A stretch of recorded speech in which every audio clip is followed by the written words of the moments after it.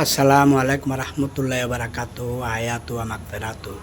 প্রিয় বন্ধুরা, ভারত জাতির অধিষ্ঠাতা মহাত্মা গান্ধী বলেছিলেন, আপনি কাজ করুন এই চিন্তা মাথায় রেখে যে আপনি যে কোনো সময় মৃত্যুর মুখে পতিত হতে পারেন।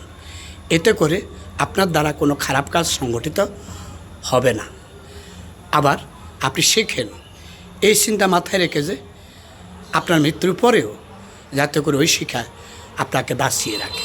অর্থাৎ আপনি মেধার বিকাশ ঘটান, পারেন, জানেন, শিখেন।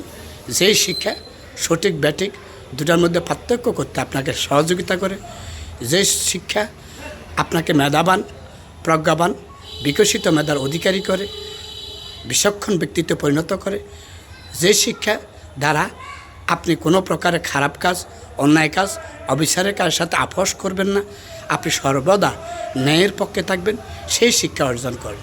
তাতে করে আপনি এই কাজের মাধ্যমে মৃত্যুর পরেও বেঁচে থাকতে পারবেন।